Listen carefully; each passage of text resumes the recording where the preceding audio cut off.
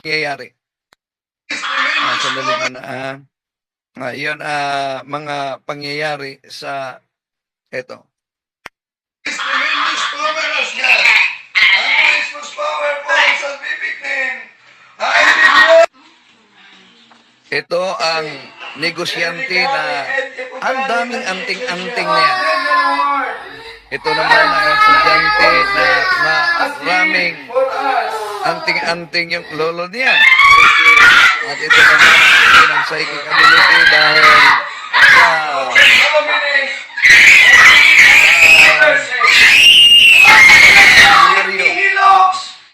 may epekto talaga ang pagpunta sa albularyo. Kaya mag-ingat mga kapatid kaugnay diyan. So, sa interview ng aming exorcist, sabi niya, konklusyon niya, psychological, dahil itong minister na ito ay talagang hinanap niya yung kapwa niyang minister. Gusto niyang makita araw at gabi. Kaya pinagduduahan siya, baka bakla ka. Kaya konklusyon ng exorcist namin, psychological lang ito. Pero nang nagsagawa ng tinatawag diagnostic prayer, yun na. Tremendous power has God. Ito, nag-react siya. Christmas power po ang salvific name. I rebuke, reject, bind and cast out all evil spirits. And I command. So, nalaman na yung mga ninuno pala niya, maliban na mga albularyo, may mga anting-anting. Gabi, no? May mga anting-anting. At dahil sa grabe ng occult contamination niya at sa kanyang pamilya, dalawa sa kanyang kapatid ang nag-suicide. So, grabe talaga. At ito namang open ang psychic ability sa diagnostic prayer lamang, prayer for protection, makita ninyo, nag-react na. From sickness, from all harms, and from accidents. If any of us has been subjected to any curses, hexes, and spells, I declare these curses, hexes, and spells null and void.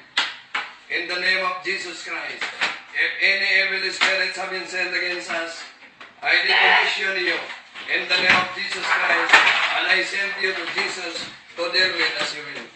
Then Lord, I ask you to send your holy angels to guard and protect all of us. Sa prayer for protection pa lamang yan. No, prayer for protection pa lamang ito. Kita ninyo na re-react na, no? May nagtatago talaga. Hanggang naging normal siya. Ito. Refugee! Naging normal na siya dito, pero hindi yan ibig sabihin na totally liberated na. Dahil, alam nyo, ang napaka-importante sa buhay ng tao, hindi yung pagpalayas ng demonyo sa katawan, kundi yung pamumuhay sa kabanalan. So, ito'y realidad talaga at mga pangyayari na naganap, ngunit yung sabi pa sa isang exorcist, bulag lang sa pananampalataya, hindi makakita sa ganitong pangangailangan sa simbahan natin. Lalo na nandito tayo sa spiritual na digmaan. Naalala nyo yung nireplay natin na dito nung may nagtanong si Father Joses, sabi niya, nang natalo ang demonyo matapos maipako ang ating Panginoong Hesukristo sa cross, may pagpupulong agad ang mga demonyo. Natalo na sila sa kamatayan at muling pagkabuhay ng ating Panginoong Hesukristo. At sa kanilang pagpupulong, target nila ang bawat pamilya at kahit sinapupunan. Okay, so this was a vision given to a saint, Mary of Agreda. Oh, napakaganda yung aklat ni Blessed Mary of Agreda, mga kapatid. Napakaganda ang aklat niya. No? Okay, tuloy natin. Nung natalo ang mga demonyo, nung si Jesus ay pinako sa krus, okay, the demons gathered together and planned how to destroy families. At ito ang narinig ni Venerable Agreda. Demons assigned themselves to different tactics. Some charged themselves with perverting the inclinations of children at their conception and birth to attack their sexual identities. Okay? So, kaya di tayo magtaka, mga kapatid, kung bakit, lalo na sa buwan ng Hunyo, may tinatawag na Pride Month, no? At nag-parade sila. Dahil yung mga fallen angels, di nila matanggap na sila yung mga anghel. Para sa kanila, sila ay mga Diyos. At uhaw na uhaw sila na igalang, uhaw na uhaw sila na sambahin. Kaya, yung damdamin na yan ng mga fallen angels, may naka-assign ayon kay Father Sequia na sa loob pa lamang ng sinapupunan upang malito na ang bata sa kanyang kasarian. Oh, tuloy natin. So even in the womb, you have already to pray for protection for your unborn child. Others to induce parents to be negligent of in the education and instruction of their children, to cause hatred of parents among the children, and to create hatred between husbands and wives. So there are demons that are specializing in these attacks. So always maintain unity as a family. The more united a family is, the more in my experience, sa aking karanasan, when I see a family is very united, I see very little of the devil there. That means the presence of the devil is minimal in a family that is totally united. Pero kapag watak-watak, o yung isang pamilya ay watak-watak, okay, one goes to mass at a certain time, yung isa hindi na nagsisimba, etc.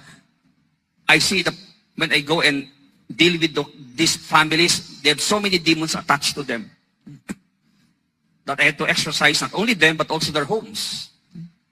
And so I always try to maintain unity as a family because that is a sign of the presence of Christ in the family. Kapag united yung isang pamilya, they do things together, the devil nandidiri siya dyan. And he wants to get out when there is always unity in a family. So division is a sign that a community or a family has already been infiltrated. Because the devil, bago siya umatake, he will divide and then conquer, he will isolate, then subjugate.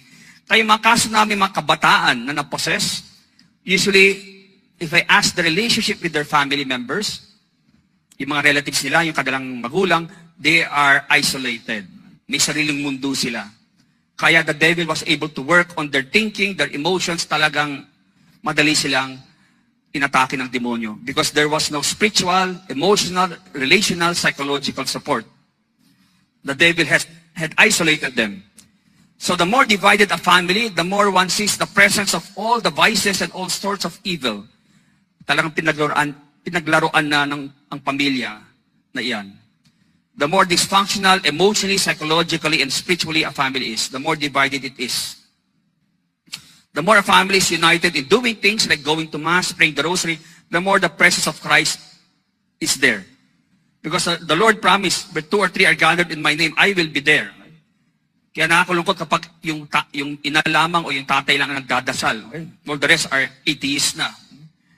Okay? But 2 members of a family praying together, the presence of Christ immediately is there. The more people are praying together, mas matindi ang presensya ng Panginoon doon sa pamilyang iyan. The more members of a family are gathered in prayer, the more powerful the Holy Spirit is. And the more powerful the presence of Christ is. And evil spirits sense that. Okay? Nandidiri sila at ayaw nila yung ganyang paligid kapag nandun sila sa loob ng tahanan na yan. Sabi ni Venerable Fulton Sheen, the diabolic comes from the Greek word to tear apart. The spirit of the diabolical is one that destroys unity, that breaks asunder. That's why the number one tactic now of the devil is destroy marriage through divorce and all these other. Only God, it's God who joins, and only God can separate, and He will never separate what He has joined. God doesn't change His mind. God doesn't change His mind. He will give you all the graces to be faithful to your commitment.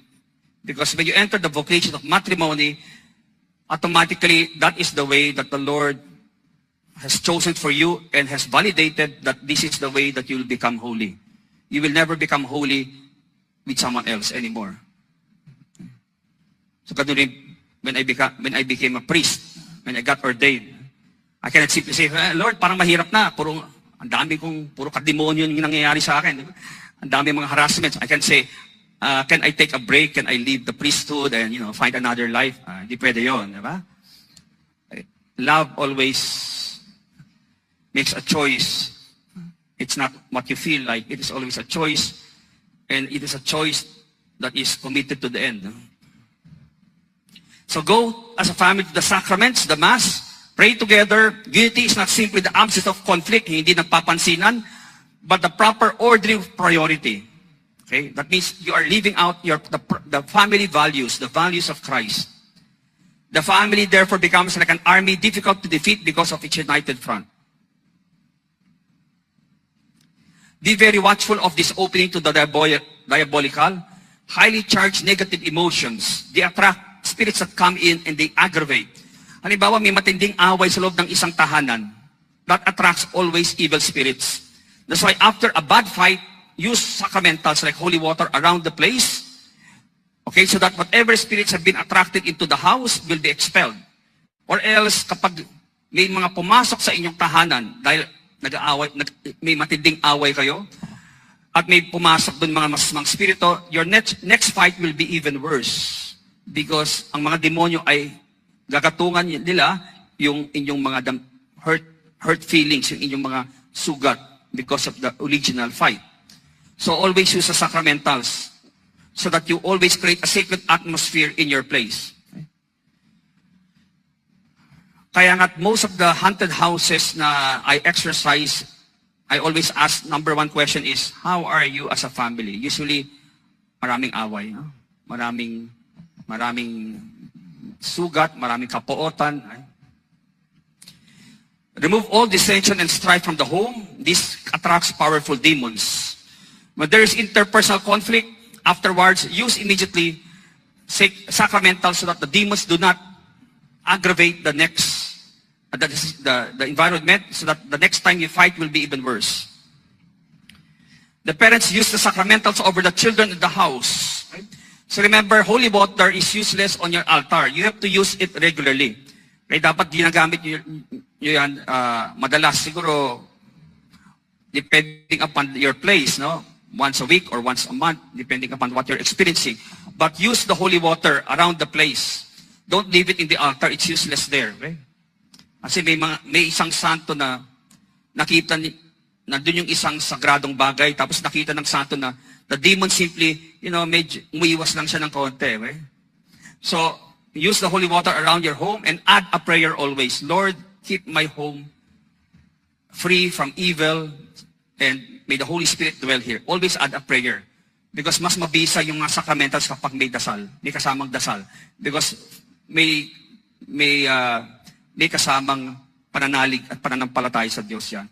Faith, the use of the sacramentals with more faith makes the sacramental more effective. At ang mapait lang mga kapatid na katotohanan, may obispo at pare, di maniniwala sa sinabi ni Father Jose Francisco Siqueira. Meron pang obispo na nagsabi na bakit kailangan mag-blessing pa sa loob ng bahay dahil may mga demonyo daw. Oh. At maglagay ng holy and exorciso. So, tandaan natin, yung sinabi ni St. John Marie Vianney, hindi maniniwala sa espiritual natin na kalaban, ay nasa kamay na mismo ng kalaban. Real talaga ang digmaang espiritual. No? At target nila bawat pamilya. divide and then attack. Ito din ang bawala natin, lalo na sa mga depensor katoliko. Bakit? Alam nyo ba, si King Henry VIII, siya taga-depensa sa pananampalatayang katoliko noon. Versus Martin Luther. Nang si Martin Luther ay humihiwalay sa pananampalataya at nagtatag ng Lutheran Church. Si King Henry VIII, siya ay nagiging defensor sa pananampalataya.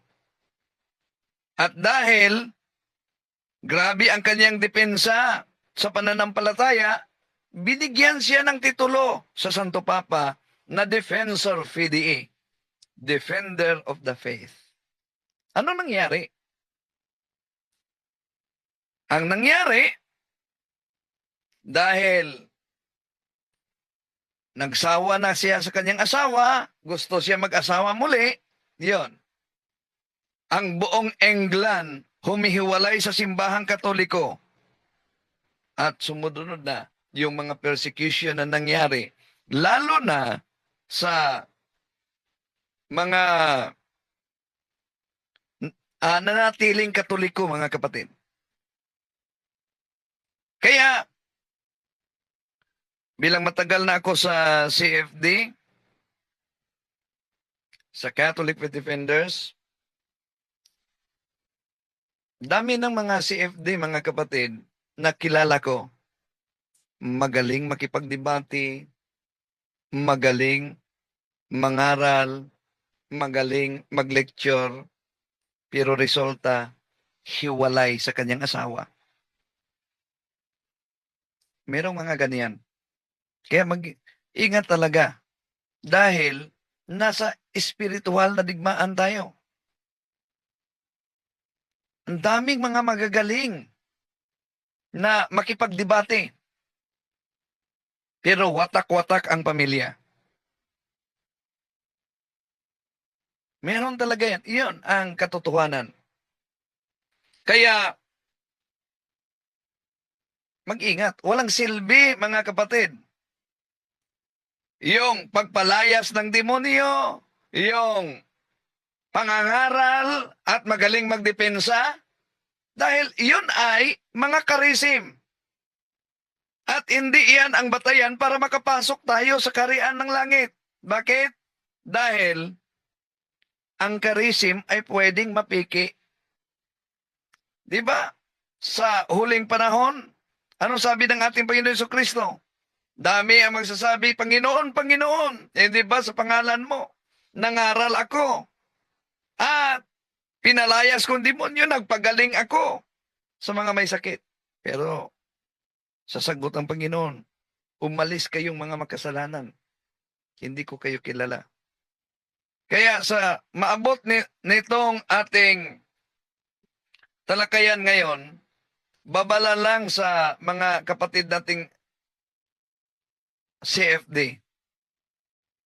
We are dealing in the high rank.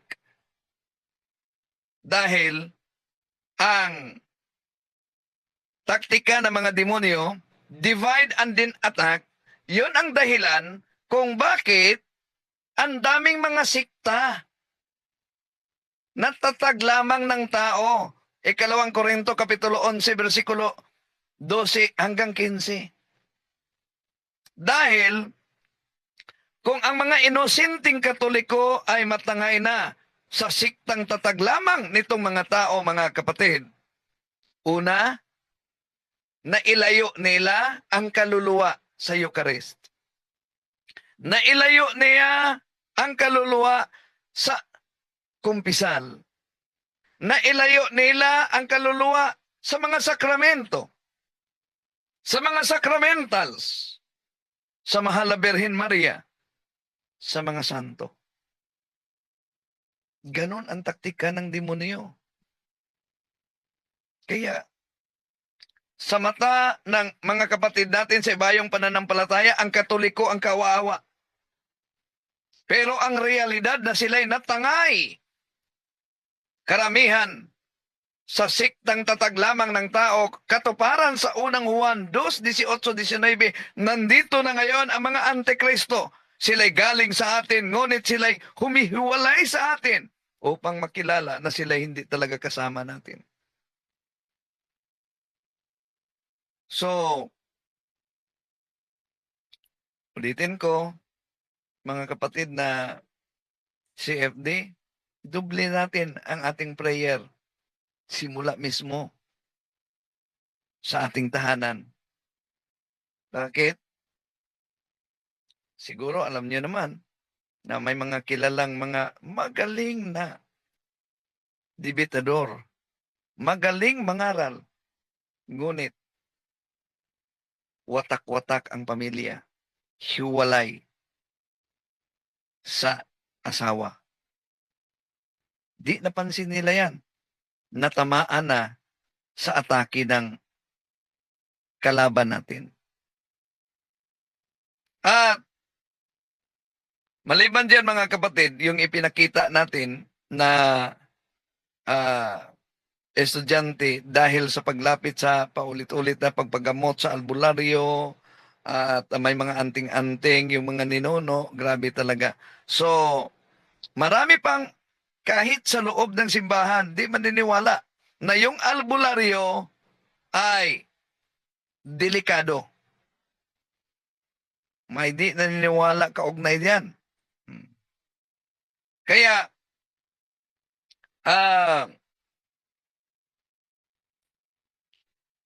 malaki talagang epekto. Maniniwala ka man o hindi. Ano ang sabi ni Bishop? Pakinggan natin si Bishop. Hanapin ko yung pahayag ni ito. Sa epekto sa albularyo.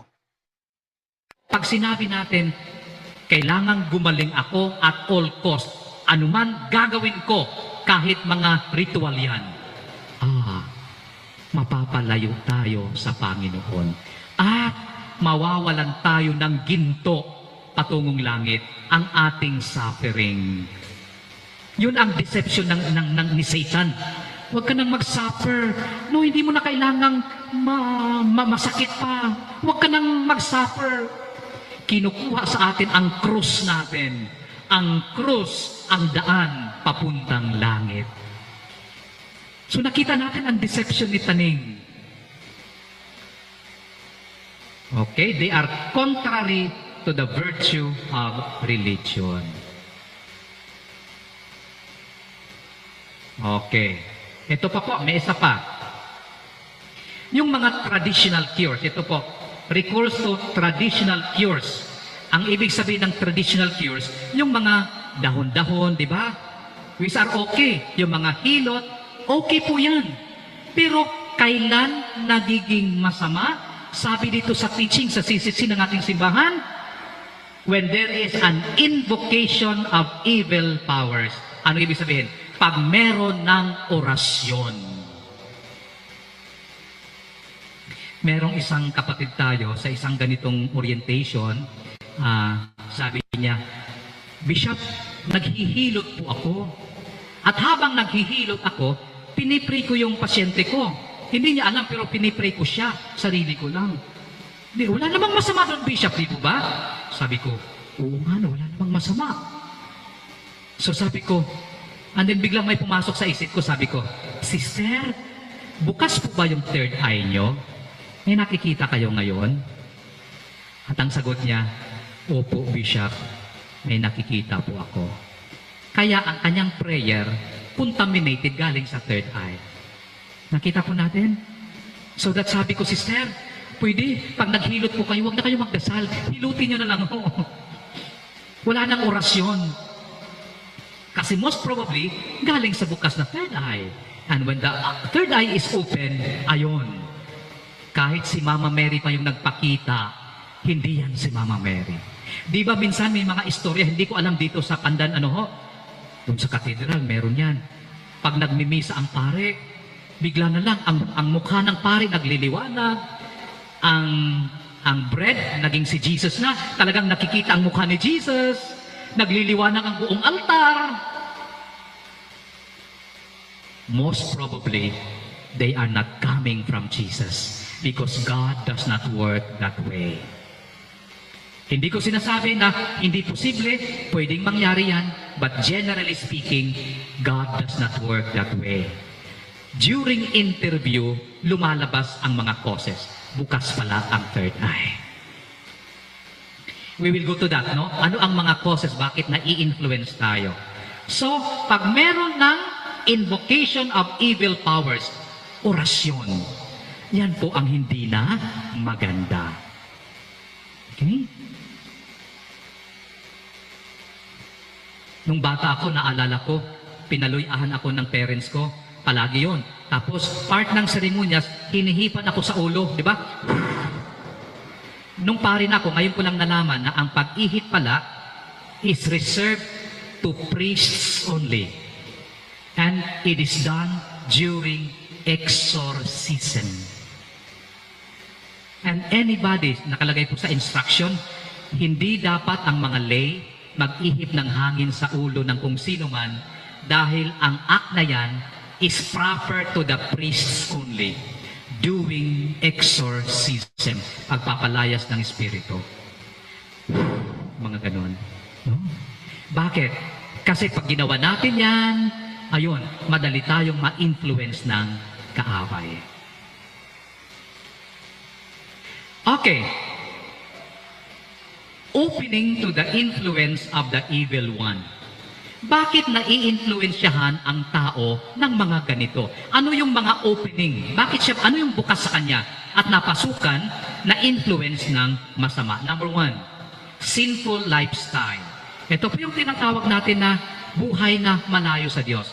Matagal nang hindi nagsisimba, matagal nang hindi nangungumpisal, 10 years, 20 years, 50 years. Yung mga bata hindi pa na nabinyagan. Ano ho? Ikakasal na lang ang mga bata, doon pa magpapabinyag. So, it is a life that is so far away from the Lord, madaling, wala pong pananampalataya, madaling mapasukan ng mga fallen angels. Dahil walang proteksyon, spiritually. Pangalawa, occult practices. Either tayo mismo nagpa-practice ng mga ganito, spiritism, pangluya, pandaga, at talagang pinapractice natin na normal na lang sa atin, madali tayong mapasukan. And usually, ang weakest link ang naaapektuhan. Sino ang weakest link sa bahay? Mga bata. Mga bata. No? Kaya, either tayo ang nagpa-practice or nagpo-contact tayo ng mga spiritista, or kaya, meron namang panahon na nagsisimba tayo, hindi tayo gumagawa ng ganito, pero bakit may third eye ang anak ko? Baka sa bloodline. Baka yung lolo natin, yung kanunuan natin, merong gumagawa ng ganito, kaya sa bloodline pumapasok. So mga occult practices. Number 3 is open third eye.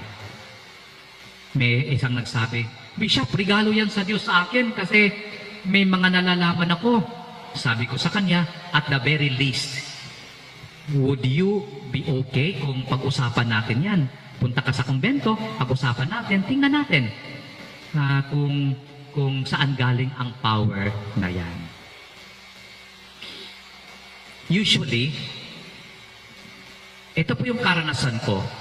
Pag yung isang tao may schedule ng pre-over, first time magkikita kami, o kaya second time, tapos na ang kumpisal, magre-renounce na sunod, o kaya magpo-close na ng third eye, binibigyan ko ng babala or warning ang kapatid natin. Sinasabi ko, i-discourage ka ng spirit. Lalabas ka na lang ng bahay, parang ayaw mong lumabas. May mangyayari siguro palang, for example, may mga kaguluhan na mangyayari sa bahay para i-discourage ka na wag lumabas, wag pumunta sa kumbento. O kaya yung mga disturbo, huwag kang magpa-disturbo. They are coming from the devils. They want you to feel discouraged para hindi ka magpunta. Hindi natin ipagpatuloy ang pray-over. So, go. Overcome that.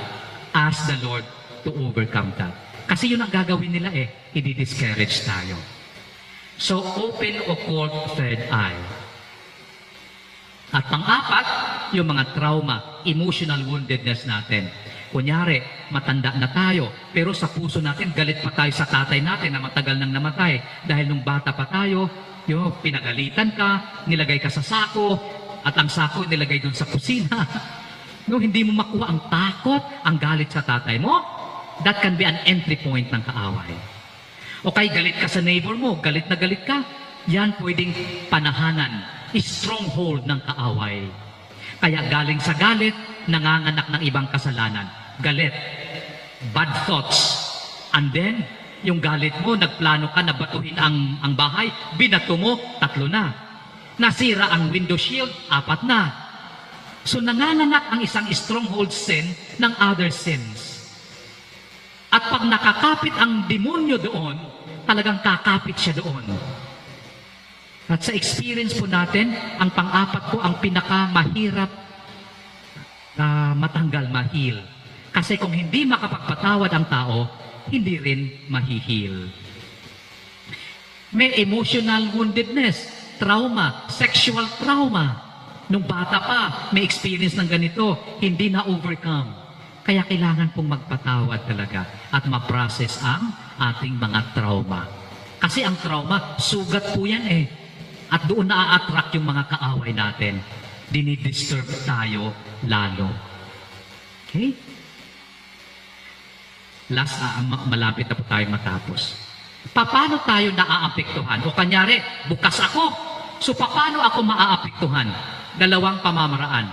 Ordinary way at extraordinary way. Ang ordinary way ay temptation. Sa temptation, hindi sila nagpapahalata.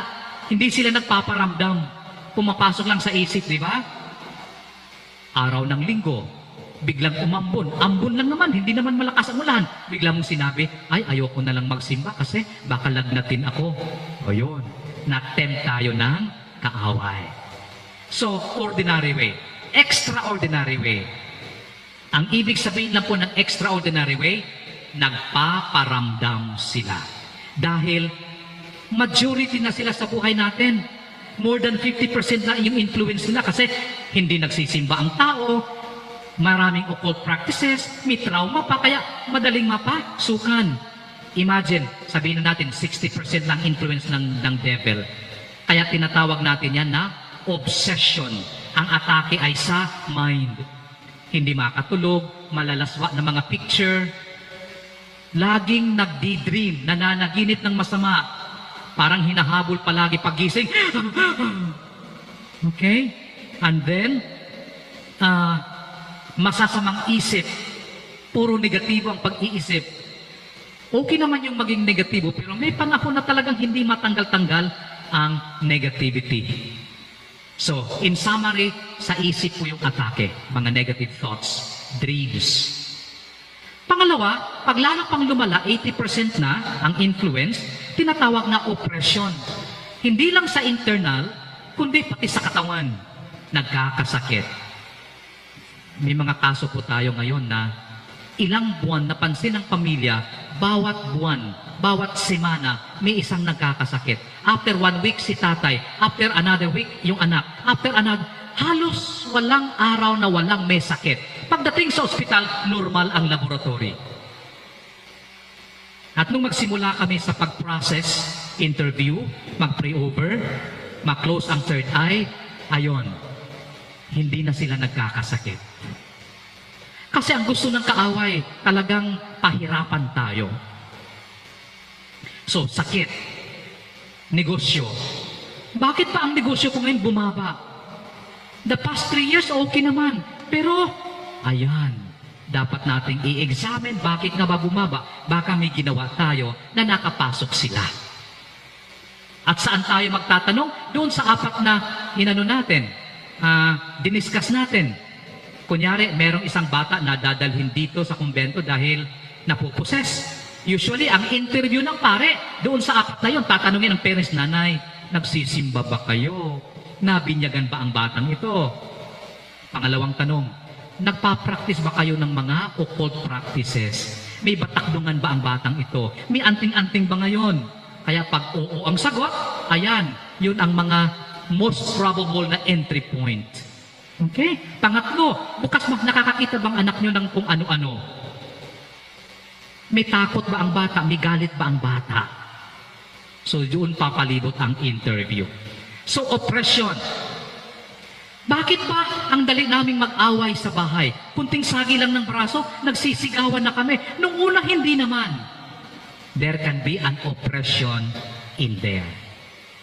And many times also, oppression can take the form na parang possession na, nawawala sa sarili, nagsisigaw, ang lakas-lakas. Sometimes, ganyan ang nangyayari. At pangatlo, possession, 100% talaga. Pag napoposes ang isang tao, ang sense lang po, ang katawan lang po, hindi ang espiritu. Kasi the spirit belongs to God. Kaya ang mata, pag nakatingin sa'yo, ang tingin sa atin, iba na. Kasi pinaglalaruan ng demonyo. At pang-apat, ang tinatawag na infestation. Dito pumapasok ang haunted house, no? Na i-infest, pinaninirahan ng mga demonyo ang isang bahay na walang tao. Dito din po pumapasok ang mga estatwa natin. Kasi di ba pagpunta natin ng espiritista, makita natin sa altar, ang daming image ni Mama Mary, Santo Niño, San Antonio, Saint Michael the Archangel. Kaya sasabihin natin, Bishop, okay naman yung espiritista na nagpagaling sa akin kasi ang dami niyang estatwa sa bahay. Tsaka nag-rosary pa kami. Ang sagot ay ito. Pwede pong ma-infest, pwede pong panahanan ng bad spirit ang image ni Mama Mary, ang image ng mga ribulto natin, kung ginagamit sa hindi mabuti. Kaya hindi porket may imahen sa bahay ng kapatid natin, ay katoliko yun. Hindi po. In fact, meron din po tayong kaso. Tapos na-resolve na ang kasong ito. Sa isang bahay, nagulat na lang yung parents nung ang dalawa niyang anak hindi makatulog. Gabi-gabi parang napuposes, natatakot.